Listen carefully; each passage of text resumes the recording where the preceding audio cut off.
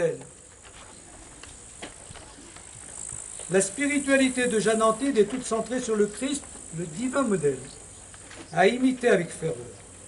Il faut sans cesse ranimer la ferveur de notre première rencontre avec le Christ, l'époux céleste.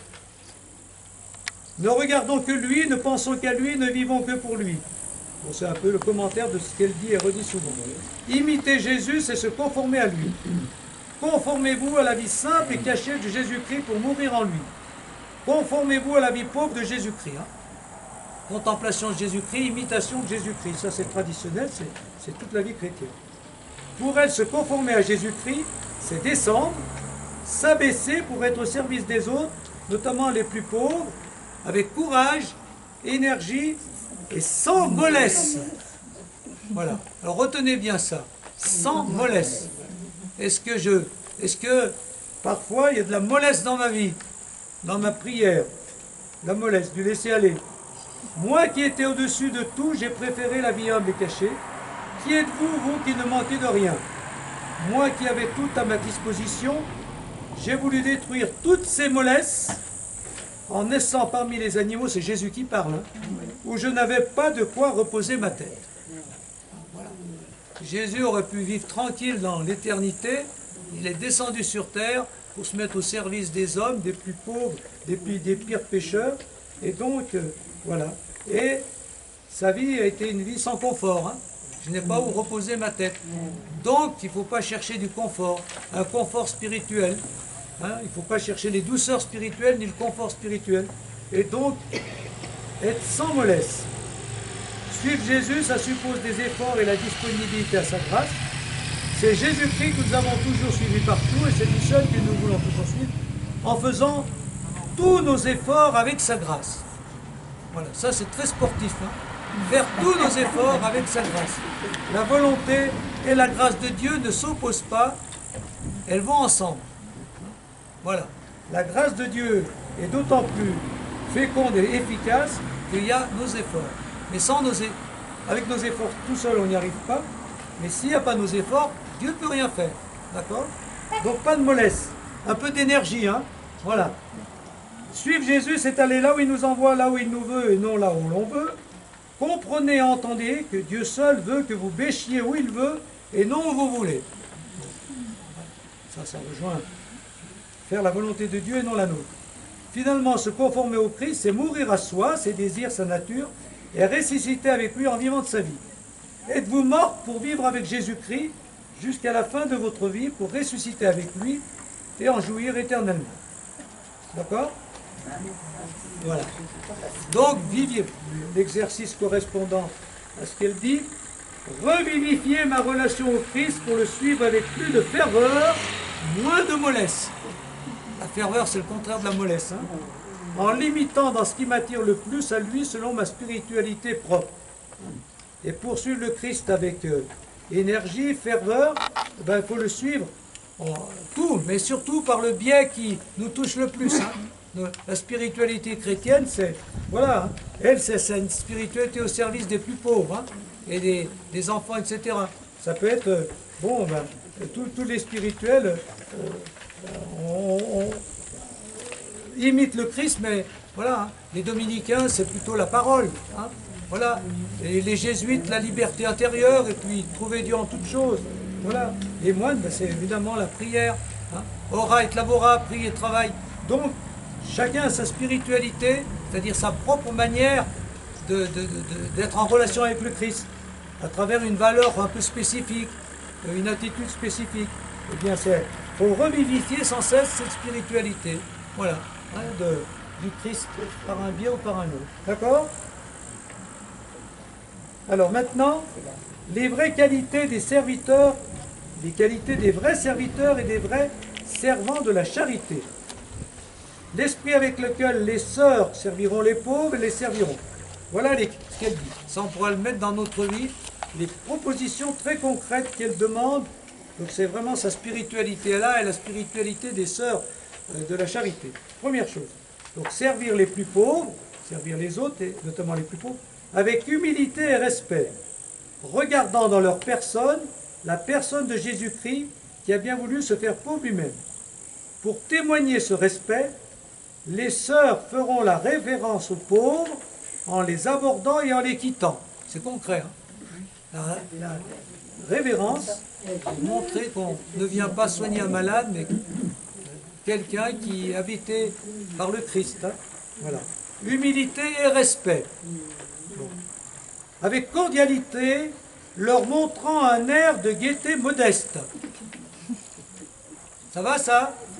Cordialité, c'est-à-dire on est cordial quand on ne va pas vers les autres en montrant que ça nous embête. Hein. Voilà. Encore lui à servir, encore ses malades à soigner, encore ses paroissiens à supporter. Non, un air de gaieté modeste. La gaieté modeste, y aller gaiement, voilà. Mais sans se dire je suis le meilleur et le plus fort. Mais tous les mots sont importants. Avec compassion, recevant avec bonté leurs plaintes, prenant part à leur misère et s'efforçant de les soulager et de les consoler. Donc la compassion. Hein. Voilà. Souffrir de leur souffrance et essayer d'être touché par ce que les personnes que je rencontre vivent. Avec charité et patience, supportant les infirmités, leurs infirmités les plus dégoûtantes, les rebuts, les railleries, les injures et les reproches qu'ils pourraient en recevoir de leur part. Hein? C'est pas toujours facile de soigner des malades, de soigner les gens. Hein? Bon, les infirmités, les rebuts, et même des fois les reproches, les injures, on se fait. Hein? Je sais pas, ceux qui soignent, ils vivent ça. Hein? Soigner les autres, hein? Des fois, il y a des malades qui ne sont pas toujours très avenants vis-à-vis de leurs infirmières ou de leurs soignants. Hein? Donc voilà, accepter ça n'empêche qu'on doit vivre la charité souriante. Donc ça suppose un dépassement de soi-même. Elles les serviront avec un sage dévouement, s'acquittant de leur devoir à cet égard, avec toute l'affection, l'exactitude et tout le zèle dont elles sont capables. Préférant ce service généreux, je crois que c'est généreux ou généreusement, préférant ce service généreux aux dévotions particulières, même aux exercices de piété prescrits par la règle, quand ceux-ci se trouveront d'une manière inévitable en concurrence avec le service des pauvres. Voilà. Ce qui est important pour ces sœurs, à elles, c'est le service des autres. Et donc, l'évangile, c'est pas la piété. Et quand on doit sacrifier des exercices de piété pour être au service des malades, il faut aller au service des malades. D'accord? Ça, c'est très intéressant. Hein. Voilà. Les dévotions particulières, les exercices de piété prescrits, ça c'est pas mis en tout cas, mais c'est bien ça.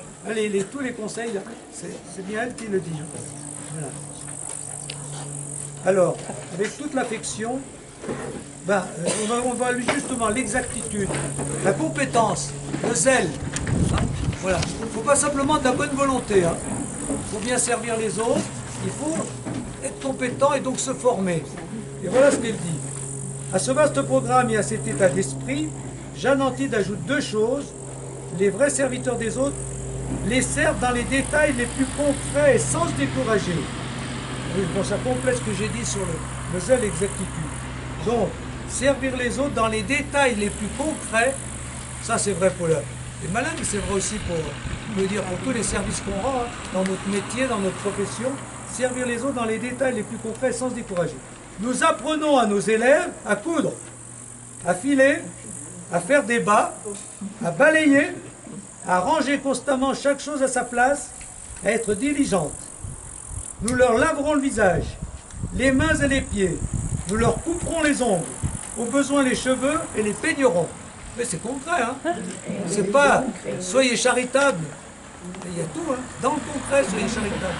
Donc il faut faire tout ce qu'il y a à faire, dans le détail. Et sans se décourager, parce que vous n'apercevez pas sur le champ le succès de votre zèle, ne vous dégoûtez pas, ne perdez pas courage. D'ailleurs, Dieu ne vous demande pas de succès, c'est à lui seul à lui lever. Hein? C'est pas mal, hein? Donc on a vu tout ce qu'elle a dit. Alors, bon, j'aurai plus que la méditation. Vous voulez réagir à tout ça, sur cette spiritualité donc, les